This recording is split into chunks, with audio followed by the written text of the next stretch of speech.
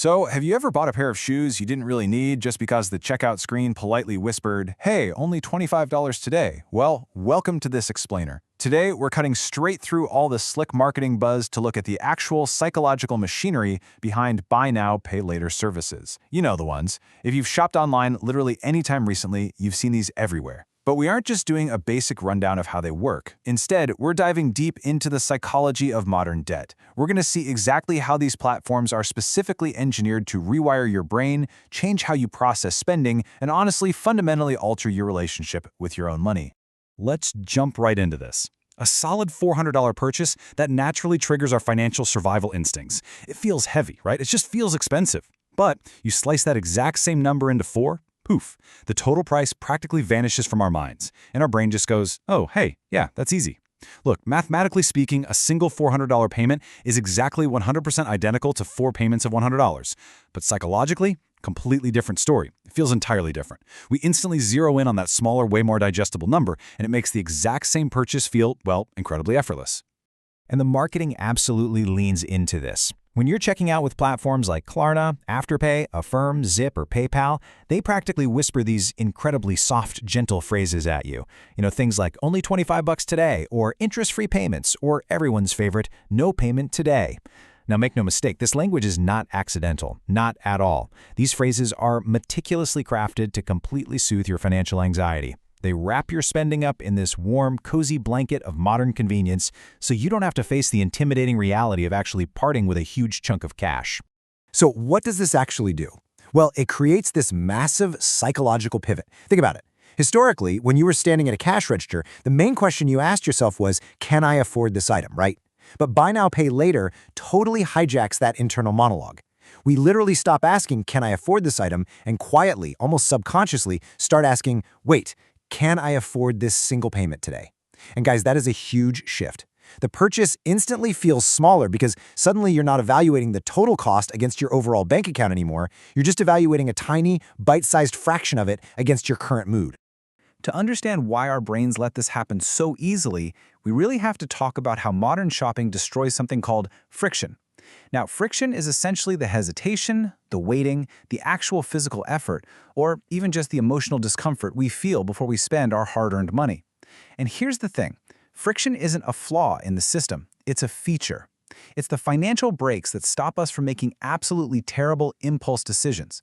It's that crucial little moment where you pause, stare at a price tag, and think, okay, do I actually need this? Well, buy now, pay later systems, they are literally engineered to completely strip away that emotional discomfort. They make the process so seamless that your brain simply doesn't even have time to hit the brakes.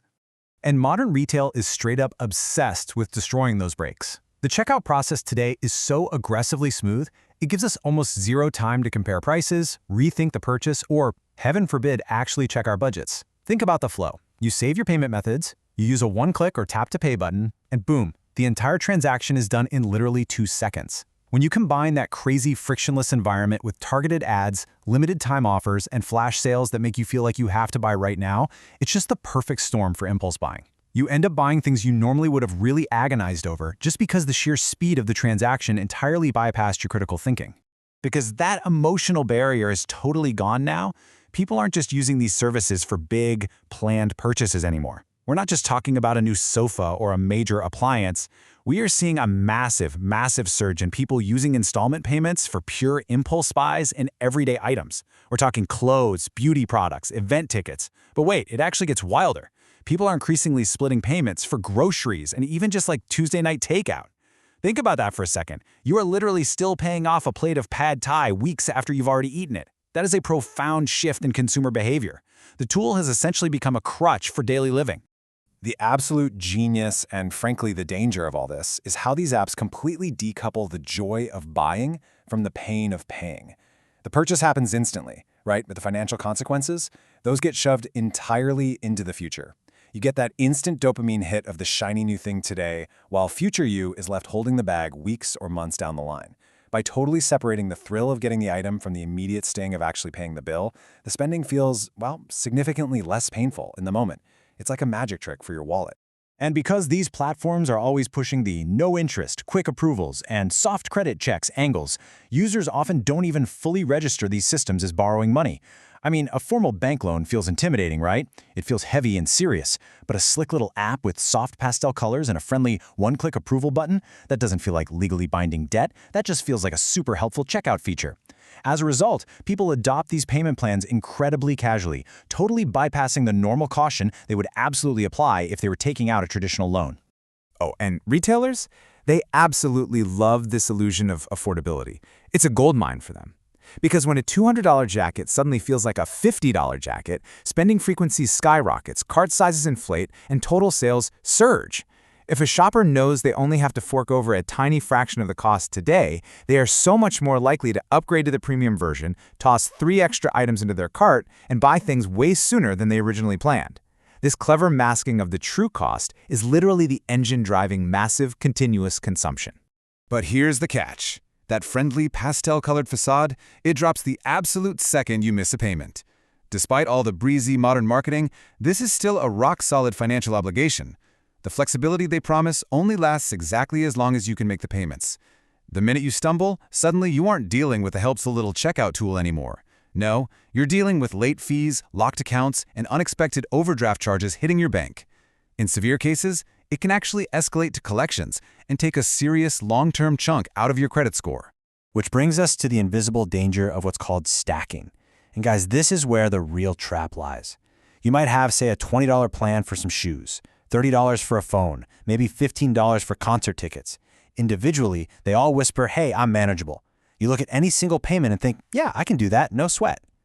But combined, these overlapping commitments quietly form this avalanche that just absolutely devours a huge portion of your monthly income, often before you even realize what's happening. Because this money is being quietly siphoned right out of your account in the background, it really is death by 1,000 cuts. It's like this toxic modern mix of subscription fatigue and microdebt. When you've got 4, 5, maybe 6 different plans running all at the same time, you completely lose visibility on your own cash flow. It becomes incredibly, almost impossibly difficult to track how many active payments you have floating around or exactly when they're going to hit. By the time you realize all your bills are aggressively overlapping and your checking account balance feels surprisingly low, the trap has already snapped shut.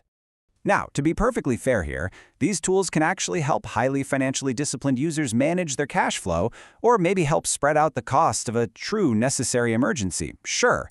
But the true hidden cost we all really need to watch out for isn't just the debt itself. It's the quiet, almost total emotional detachment from our own money. It's the normalized impulse spending and the slow creep of recurring payment overload.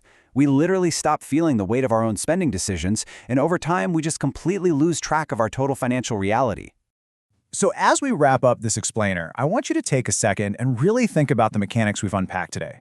Take a hard look at your own recent online checkouts. Think about the friction you didn't feel, the instant joy you got today, and the payments you quietly pushed off into tomorrow. And I want you to ask yourself a pretty tough question.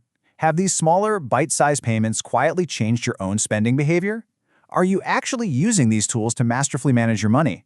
Or is the clever illusion of affordability managing you?